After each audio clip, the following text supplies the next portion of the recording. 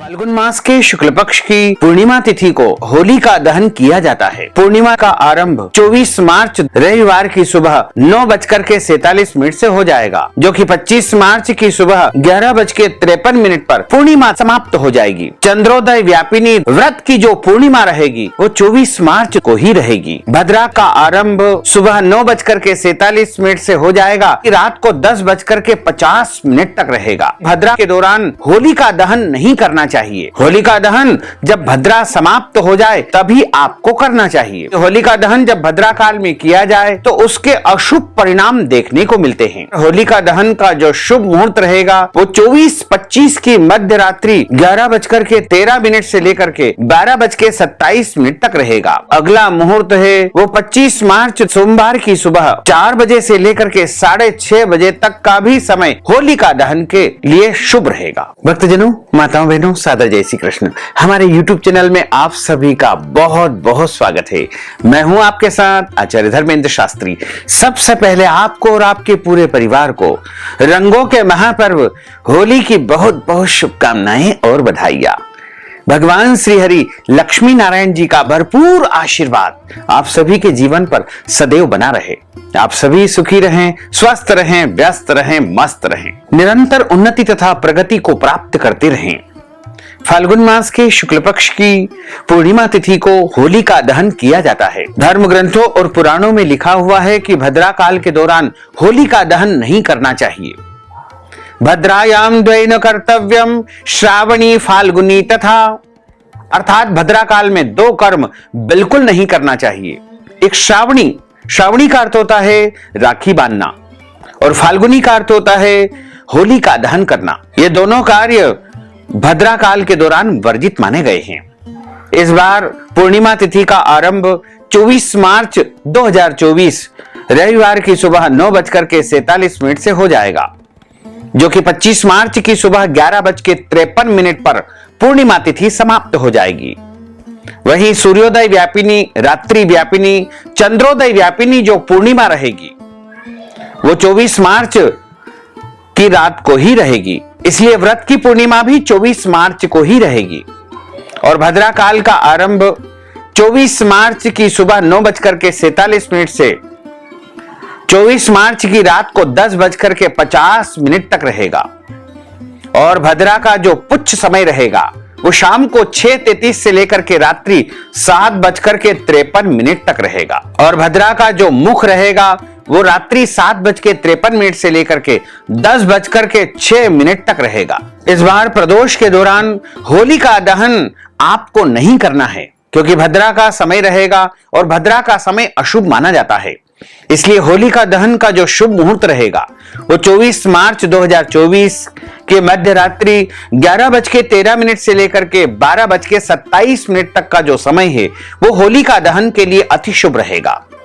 यदि आप रात में होली का दहन नहीं कर पाते हैं तो 25 मार्च की सुबह सूर्योदय के पहले यानी सुबह 4 बजे से लेकर के 6:30 बजे तक आप होली का दहन कर सकते हैं। होली का दहन कभी भी चतुर्दशी तिथि में नहीं किया जाता है। दिन में होली का दहन नहीं करना चाहिए। भद्रा काल में होली का दहन नहीं करना चाहिए और प्रतिपदा तिथि में भी कभी होली का दहन नहीं करना चाहिए। इसलिए होली का दहन का जो हमने आपको शुभ मुहूर्त बताया है उसी में आपको होली का दहन करना चाहिए। 24 तारीख को होली का दहन होगा, वहीं 25 तारीख को रंग वाली होली खेली जाएगी। होली का जो समय होता है, होली का जो दिन होता है वह बहुत ही सिद्धिदायक दिन माना गया है।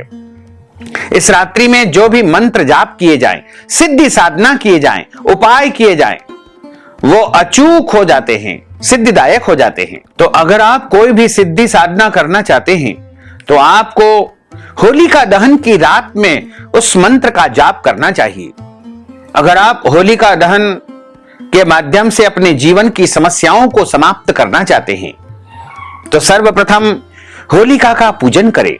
कंकु, अक्षत, अबीर, गुलाल, हल्दी, मेहंदी, सिंदूर, पुष्पमाला, नारियल, गेहूं की बालियां और कच्चे सूत से, रंग वाले जल से, गुलाल से होलिका का पूजन अर्चन करें और शुभ मुहूर्त में होलिका दहन करें। यदि आपके घर परिवार पर कोई भी अला बला टोना टोटका हो तो एक मुट्ठी काले तिल काले कपड़े में बांध करके पूरे घर में घुमा करके घर के प्रत्येक सदस्य के हाथ से स्पर्श करवा करके होलिका दहन में आप छोड़ देंगे तो आपके घर की जो भी बुराई होगी, बुरी शक्तियां होगी, नकारात्मकता होगी, तंत्र मंत्र होगा, वो समाप्त हो जाएगा और आपके घर की उन्नति तथा प्रगति होगी।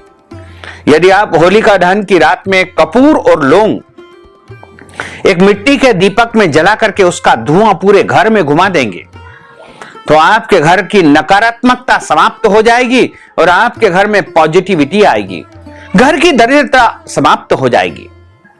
यदि आप एक सूखा नारियल घर में घुमा करके यदि होलिका दहन में छोड़ आते हैं और उसमें जल करके भस्म हो जाता है तो आपके घर की सारी बुराइयां समाप्त हो जाएगी।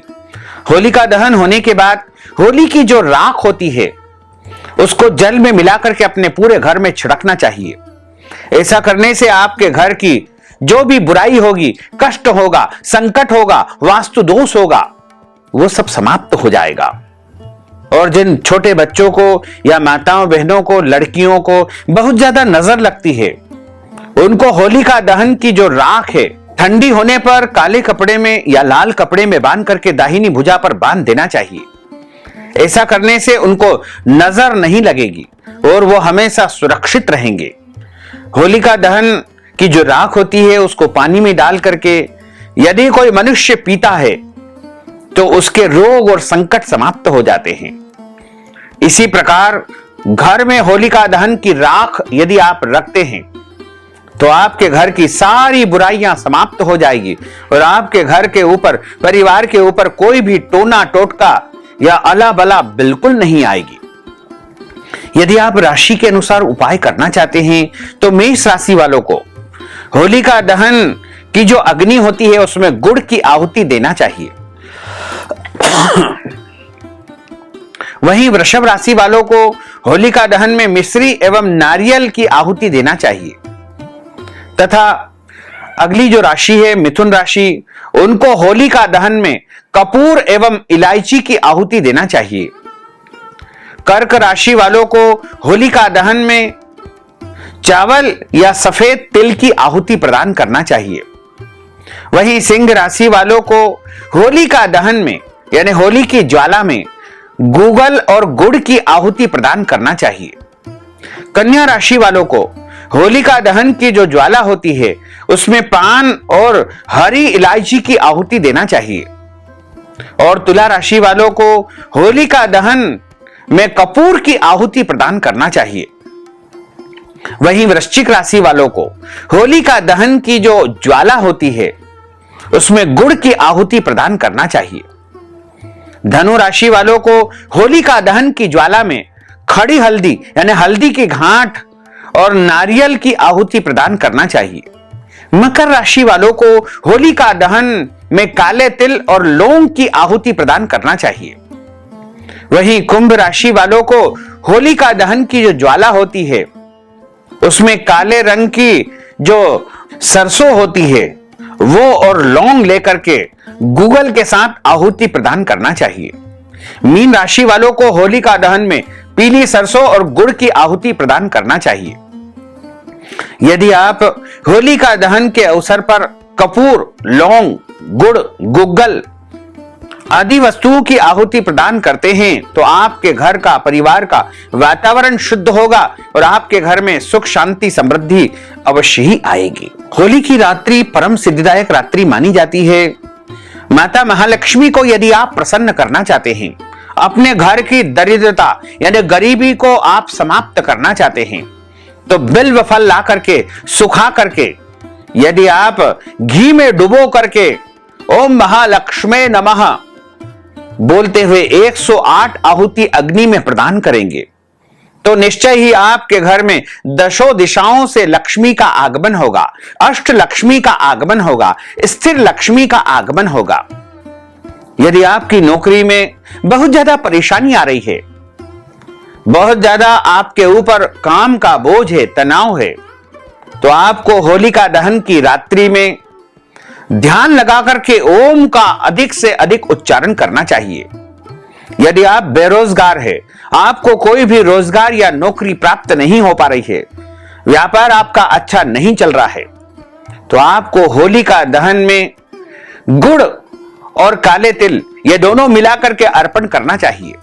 ऐसा करने से आपकी नौकरी लग जाएगी, आपके रोजगार की जो समस्या है वो समाप्त हो जाएगी। यदि आपके घर में परिवार में बहुत ज्यादा रोग हो गए हैं, कलह होता हो, लड़ाई झगड़ा होता है, तो आप काले तिल और पीली सरसों दोनों को मिला करके एक मुट्ठी लेकर के पूरे घर में घुमा करके यदि होलिका दहन की ज्वाला में अर्पण कर देंगे तो आपके घर में सुख शांति समृद्धि का आगमन होगा। तो भक्तजनों, माताओं बहनों, यदि आप हमारे माध्यम से होली के महापर्व पर कोई भी उपाय टोने टोटके करवाना चाहते हैं, मंत्र जाप सिद्धि साधना करवाना चाहते हैं, तो इस हेतु अपना नाम और गोत्र हमें भेजे और नगद धनराशि हमारे गूगल पे, फोन पे, पेटीएम नंबर, अकाउंट नंबर के माध्यम से भेज करके होली महापर्व का संपूर्ण पुण्य लाभ प्राप्त कर सकते हैं।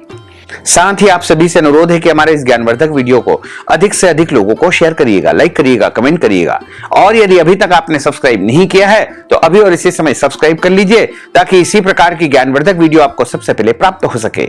आपको और आपके पूरे परिवार को सादर जय श्री कृष्ण, सादर धन्यवाद। उसको आप अधिक से अधिक लोगों को शेयर करिएगा, लाइक करिएगा, कमेंट करिएगा और यदि अभी तक आपने सब्सक्राइब नहीं किया है तो अभी और इसी समय सब्सक्राइब कर लीजिए ताकि इसी प्रकार की ज्ञानवर्धक वीडियो आपको सबसे पहले प्राप्त हो सके।